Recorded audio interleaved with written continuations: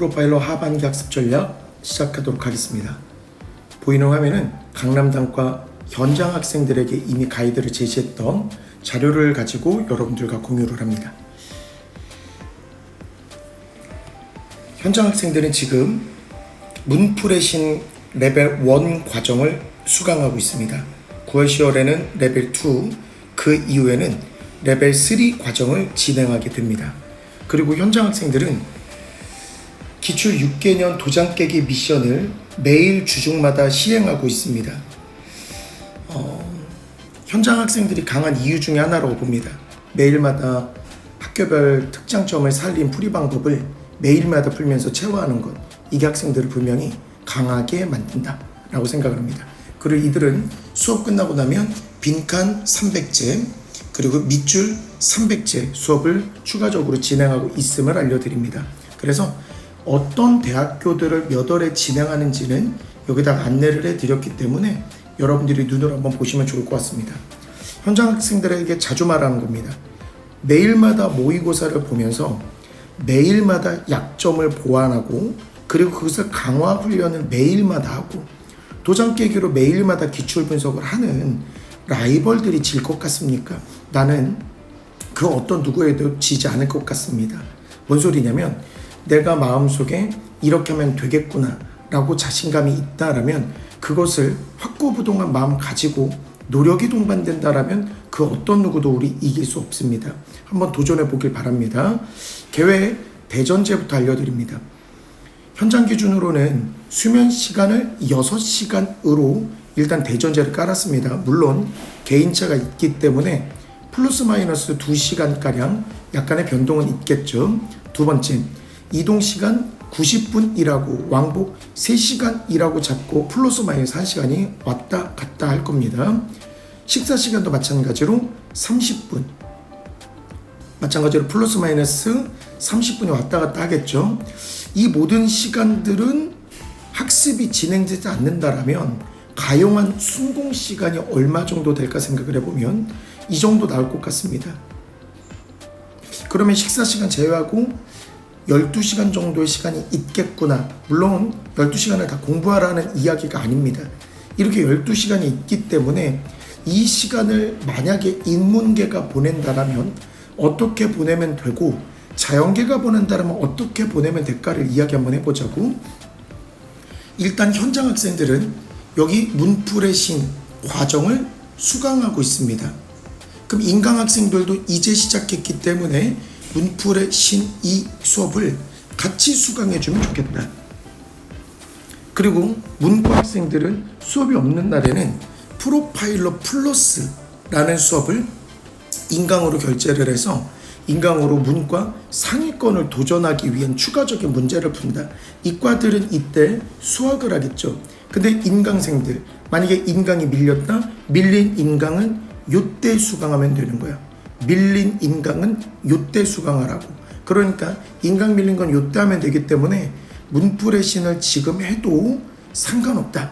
그리고 두 번째, 수업을 듣고 나면 현장 학생들은 수업 당일 복습 진행합니다. 어떻게 하면은 이 문제를 맞출 수 있는지, 나의 취약점이 무엇이었는지를 고민하면서 그 취약 영역을 그럼 공략해 봐야 되겠구나. 어휘가 문제였더라면 이 시간에 어휘로, 문법이 문제였더라면 이 시간에 문법으로. 근데 학습의 큰 틀은 이거를 매월 계속하는 게 아니라 취약 영역이 예를 들어서 문법이라면 이 기간에 밑줄 200제를 1주 만에 끝내보겠다. 혹은 빈칸 200제를 1주 만에 끝내보겠다. 혹은 레벨 2가 부족하다라면 레벨 2 단어를 하루에 5챕터씩 빠르게 스캔하면서 내가 2주 동안 레벨 2를 1회도 끝내겠다. 이와 같은 방식으로 학습을 진행하면 좋을 것 같습니다. 그리고 저녁 드시고요. 현장 학생들 같은 경우는 저녁 시간에 이제 도장 깨기 미션을 진행합니다. 기출 문제 풀면서 채점하면서 오답 체크하면서 내 취약점이 잘 막혔는지 혹은 내 취약점이 무엇인지 취약점이 발견이 됐다라면 어떻게 공략을 할 것인지 추가적인 학습까지 하면서 그날 학습을 마무리 진다라는 걸 알려드립니다. 문과고요. 자연계 학생들 같은 경우는 보시면 알겠습니다만 수학에 중점 몰입된 스케줄을 보내고 있습니다. 정규 수업 당연히 듣고요. 당일 복습 열심히 해주신 거 너무 감사해요. 이과분들은 여기까지가 기본이고 수학이 힘드신 분들은 올 수학 하시면 돼요. 됐죠? 왜 그러냐면 이 문풀의 신에 어문논독이 다 있고 문제를 풀고 나서 당일 복습하는 것도 취약점을 보강하는 학습 훈련이기 때문에 충분히 메꿀 수 있다. 여기다가 추가한다면 그날 보는 단어 시험 정도만 외우고 나머지는 올 수학 하시면 됩니다. 근데 현장 학생들이 저녁에 선생님 제가 너무 수학만 해서 저도 기출 6개년 미션을 하고 싶습니다. 이때 상위권 학생들은 전체 문장을 다 풀기도 합니다. 하지만 중위권 학생들은 다 푸는 게 아니고 기출 6개년 미션을 가지고 내가 취약한 부분만 선별적으로 공부합니다. 예를 들어서 여기에 문법이 약한 학생들은 저녁 드시고 나서 기출문제에서 문법 파트만, 어휘가 부족하신 분들은 어휘 파트만, 이런 식으로 발췌해서 취약 영역만 집중하게 됩니다. 그래서 하고 싶은 말은 이과는 수학 밀리면 안 된다. 수학 먼저 잡아야 된다. 그 이후에 영어 욕심내야 된다. 이때 밀리면 안 됩니다 기준을 정말 맥스 안정권을 해서 정말 마지노선은 30%로 정말 넉넉하게 30%로 생각합시다. 수학 교수님의 모의고사 기준으로도 마찬가지고 기명 모의고사 기준으로도 넉넉하게 잡자라면 30%로 갑시다.